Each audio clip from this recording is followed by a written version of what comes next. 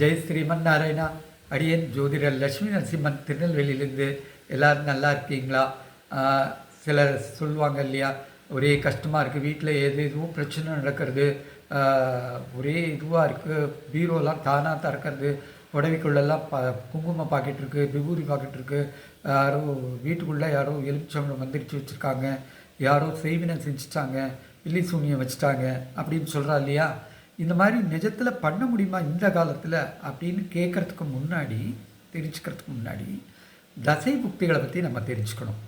தசை புக்தின்னா வேறு ஒன்றும் இல்லை, கிரகத்தினுடைய ஆட்சி. பர்டிகுலர் கிரகத்துக்கு குறிப்பிட்ட காலம் அதனுடைய ஆட்சி.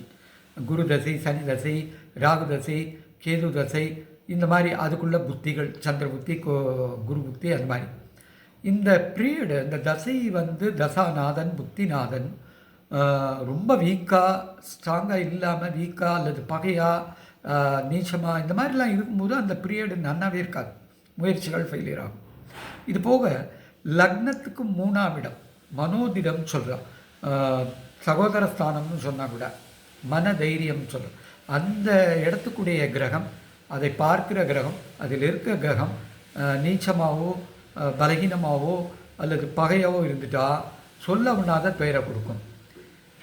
இந்த இடத்துல தான் நம்ம பில்லி துணியை வச்சுட்டா அப்படின்னு சொல்கிறோம். அந்த ஜோசியம் மாதிரியே மாந்திரீகம் இருக்குது, அது வேறு ஒன்றும் இல்லை, அக்கல்ட்டு சயின்ஸ். அதை பண்ணுறது ரொம்ப கஷ்டம், கற்றுக்கிறது ரொம்ப கஷ்டம்.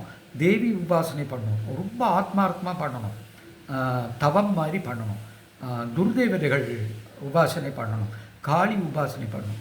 அந்த சக்தி கிடச்சா செய்வினை செய்யலாம். செய்வினைன்னா ஒன்றும் இல்லை, நம்ம செயல்களை கட்டுப்படுத்துறது, மந்திர சக்தியால் கட்டுப்படுத்துறது.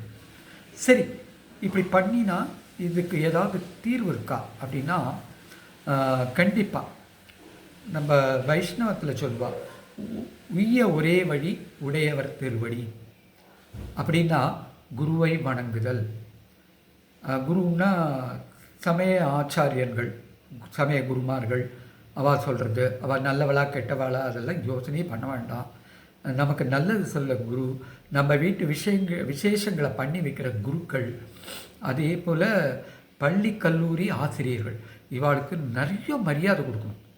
அவள் சொல்கிறது அப்படியே பிளைண்டாக எடுத்துக்கணும். அவள் நல்லவா கெட்டவாக்குறதுக்குள்ளே ஆராய்ச்சிக்குள்ளே போகக்கூடாது. அப்படி பண்ணால் இந்த மாதிரி பிரச்சனையிலேருந்து மீண்டு விடலாம், வாழ்க்கை மகிழ்ச்சியாக இருக்கும். ஹரி ஓம் தத் சத் நாராயணா.